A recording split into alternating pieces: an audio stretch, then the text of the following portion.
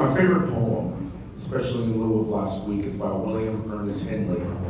It's Invictus. It goes, out of the night that covers me, black as the pit from pole to pole, I thank whatever gods may be for my unconquerable soul. In the fell clutch of circumstance, I have not winced nor cried aloud. Under the bludgeonings of chance, my head is bloodied but unbowed. Beyond this place of wrath and tears looms but the horrors of the shade. But yet the menace of the years finds and shall find me unafraid. It matters not how straight the gate, nor how charged with punishments the scroll. I am the master of my fate. I am the captain of my soul.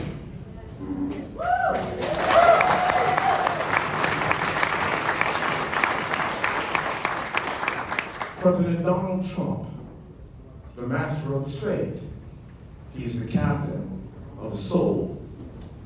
We Americans, we the people, are the masters of our fate. We, the people, are the captains of our soul. We live in the greatest country in the world, even on our worst day. And I'm going to tell you why. It's because of the strong leadership from Michael Watley. Y'all heard his humble spirit, his humble servant spirit, continuing to find ways to preserve our democracy. You see, there are those who have served this country and continue to serve this country in many capacities, because this is the only country in the world where people raise their hands and they say that we are willing to give our lives to defend this country against all enemies, both foreign and domestic, even if it means my own life. You see, I come from a family that believes at the very core. My father is a retired lieutenant colonel in the Army, served over 20 years in the military. My sister went to West Point in my family first. She served 23 years active duty as a military intelligence officer. She got her master's degree in applied mathematics and became an instructor at West Point, while both my brother and I were both cadets at West Point. Wow. Don't say wow, I just salute my sister every day. It's terrible. You know how it is, man. She's the boss. After serving at West Point, I went on to serve 8 years active duty as an Apache helicopter pilot. Flew 55 combat air missions in Baghdad, did 2 tours of duty in Saudi Arabia as a diplomatic liaison officer, and then I had one more combat deployment in me, and I attended Cornell University. It's very cold and very liberal. I earned 3 master's degrees in 4 years. A master's in business, public administration, industrial and labor relations. And now I serve in the halls of Congress. My brother is also a West Point graduate. He went on to serve 5 years active duty in the Navy and got his advanced degree from Harvard Business School. There's 60 years worth of military service just in my immediate family.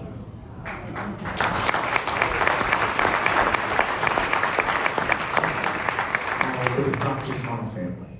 It's thousands of brave Americans that continue to serve this country and continue to defend this country against all enemies, both foreign and domestic. It's the greatest country in the world because of the progress that we have seen in a very truncated period of time. My great-great-grandfather was born on a plantation, Rosedown Plantation. About 30 miles north of Baton Rouge, Louisiana, Rosedown Plantation still exists today. 3 of his great-great-grandchildren attended West Point. 3 of his great-great-grandchildren served in Iraq. At one point, my brother, sister, and I, for 2 months, were deployed in the Middle East at the exact same time. One of his great-great-grandchildren stands before you today as a Texas congressman in a white majority district that President Trump would have won by 25 points, and I almost won by 30 points. Wow.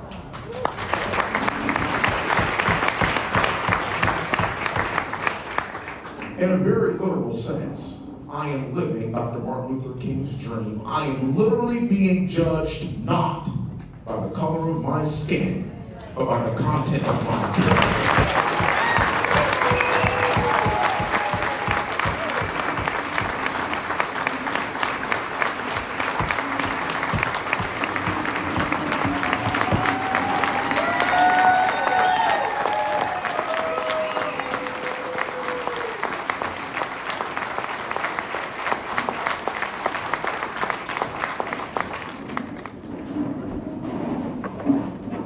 14 of my brave West Point classmates are no longer with us, for they paid the price. They gave the ultimate sacrifice for us to be able to wake up in the morning and breathe free, sovereign American air and put our feet on free, sovereign American soil. And by the way, those 14 guys, most of them were 14 white guys.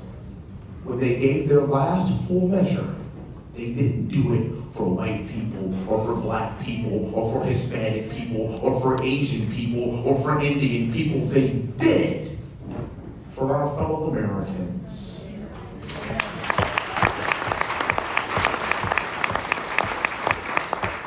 This is why I love talking to people like you.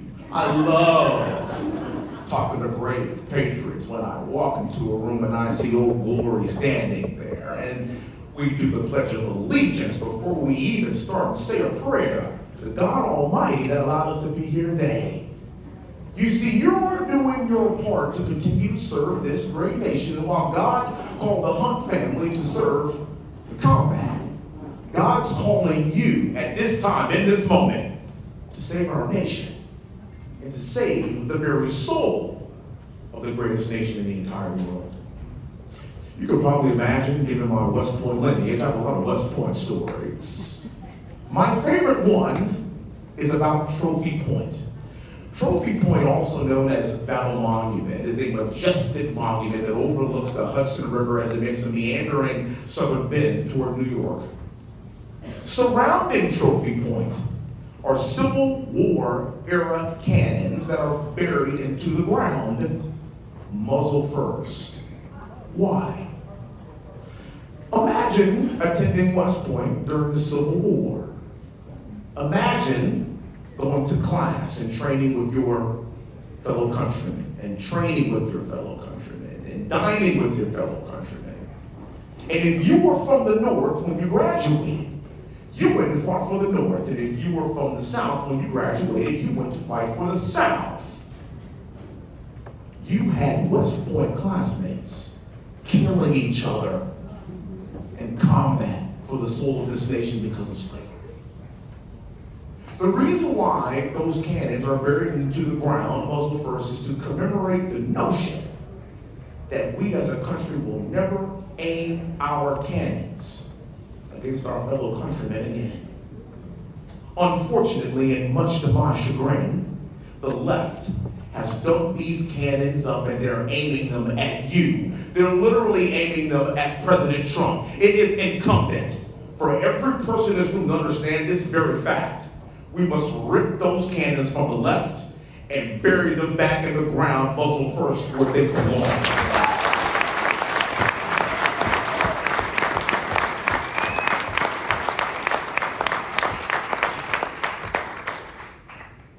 With 55 combat air missions in Baghdad. Before every single mission, I said the Lord's Prayer before I took off, because I had to get right with God in case I didn't make it back. 55 times I did that. I've been shot at. I understand what it means to wake up and realize I can't believe I'm still alive and I'm on borrowed time. Our president just experienced a very similar thing. You see, he's also in combat. He's in combat for us. He's literally taking bullets for this country. And if you've noticed, he woke up a couple of days ago with a reinvigorated soul and a reinvigorated spirit. That's why he went off and played golf after he got shot in the head.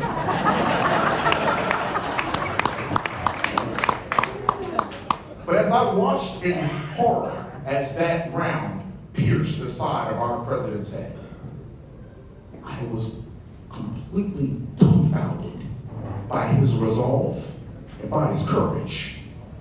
You see, if you listen to the microphone moments after that happened, what did you hear him say? Where are my shoes? Where are my shoes?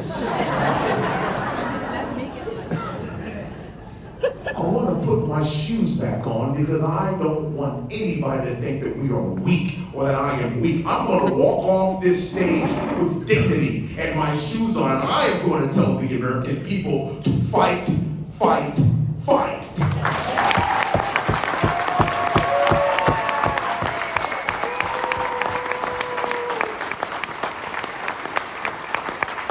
Ladies and gentlemen, that is the man the world needs. That is the man this country needs. He has that intensive warrior spirit amongst him.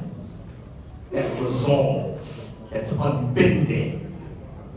And if you don't understand what that means in these times today, and if you don't think that God doesn't have his hand on that man, I don't know what you're doing with your life. The senator from Louisiana, Senator Kennedy, y'all familiar with him? Yeah, he's hilarious. He's great.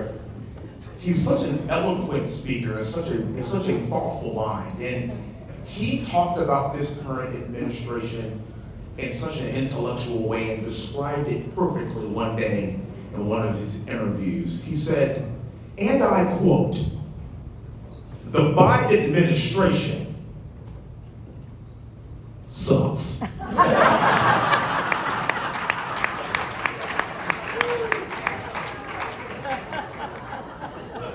This is the quintessential definition of abject failure. I tell you what, it sums it up pretty good, doesn't it? This is the worst border crisis I've seen in my entire lifetime. Over 12 million people have entered our country illegally. We have no idea who the hell they are. Enough fentanyl has poured into this country to kill every single American 6 times. You see, this is not what I fought for. Over the course of the past 4 years, this is the worst inflation I've seen in my lifetime, but it is crippling the middle class. It is crippling the American people. We don't feel safe anymore. The world doesn't feel safe anymore. We're on the verge of World War III. It's the closest that we've ever been to war since World War II. And I'm not being hyperbolic when I say that. Please know that I have a very, very bold prediction. President Trump's going to win on November the 5th.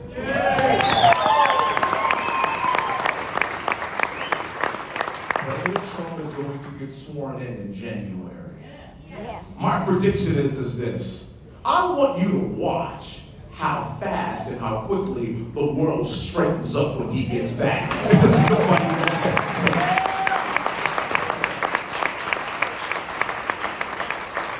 The very name of Donald Trump will strike fear through our adversaries. We will have peace in the Middle East. The cartels will stop running our border. We are going to have energy dominance in this country again. We're going to make America wealthy again.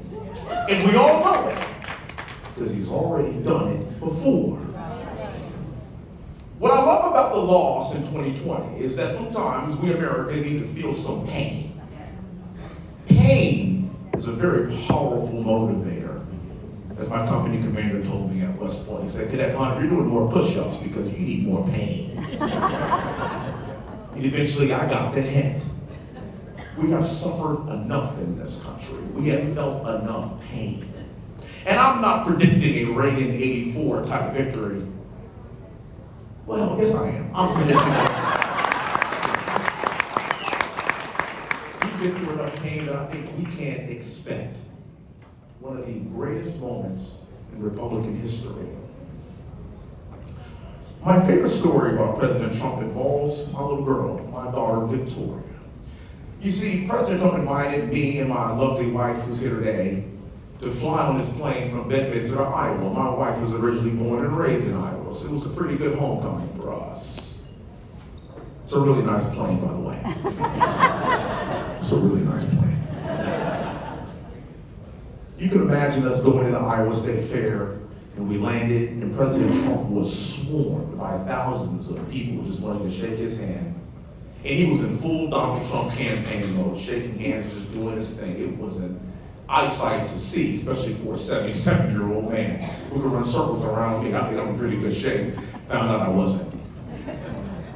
At one point, there was a break, and my daughter really wanted to be President Trump because every time she watches Home Alone 2, he does his cameo, I hear her yelling, "Donald Trump, Dad, Donald Trump, I know him, Donald Trump." She's 5 years old. And there was a break, and I tapped President Trump on the shoulder, and I said, "Mr. President, I want you to meet my daughter." He turned around and goes, "Well, where is she?" And I said, "She's right here."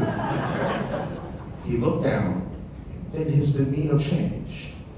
He scooped her up, gave her a big hug, and said, "Me and your daddy are going to make sure that you have a future. We're going to do everything in our power to see it."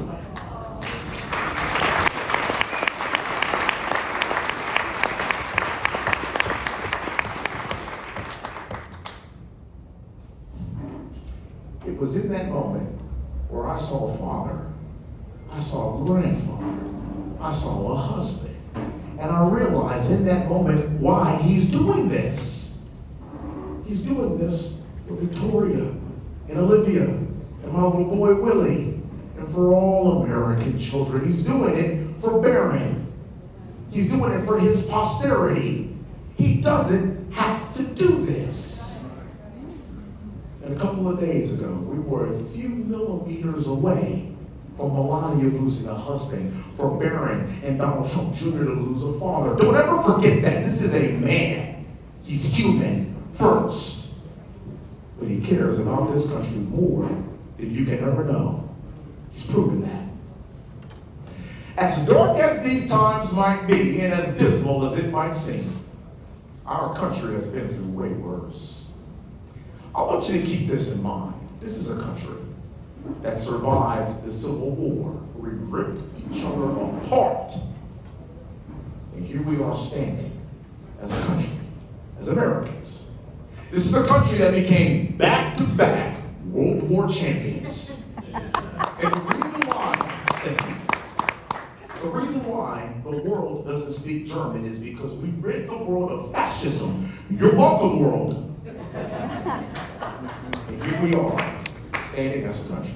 This is a country that went through the Vietnam War. This is a country that went through such a divided time where we had Vietnam veterans that would return home and they were being spat on by fellow Americans. When I came home to a hero's welcome, and those brave men never got their due. I want to thank every single Vietnam veteran. If there are any in here, thank you for your service and God bless you.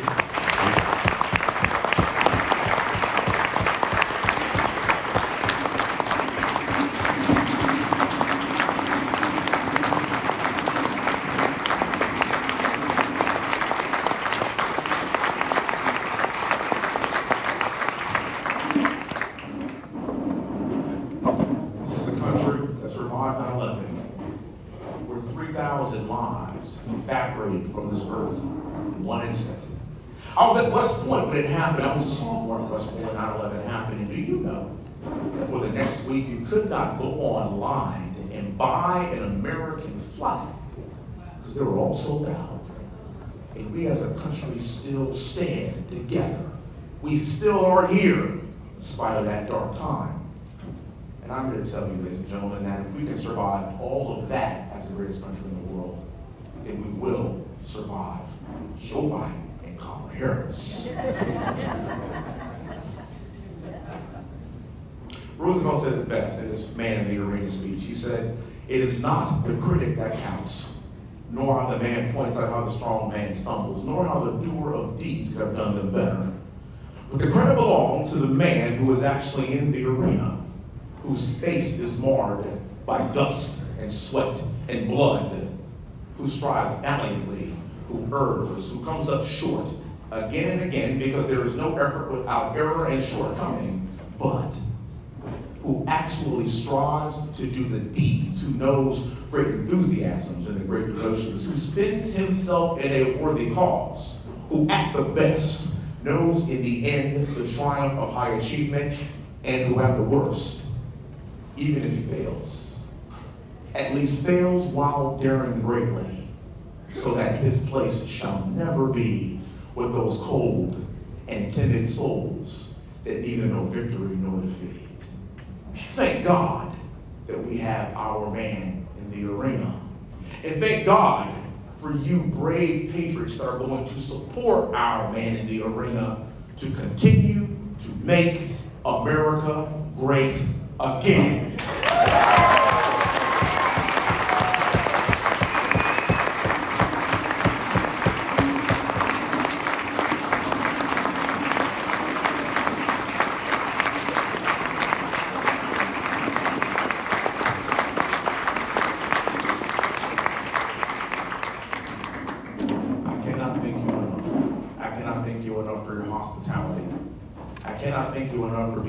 For me, having the opportunity to be surrounded by my brave patriots, no matter what state we are from, we are all in this boat together.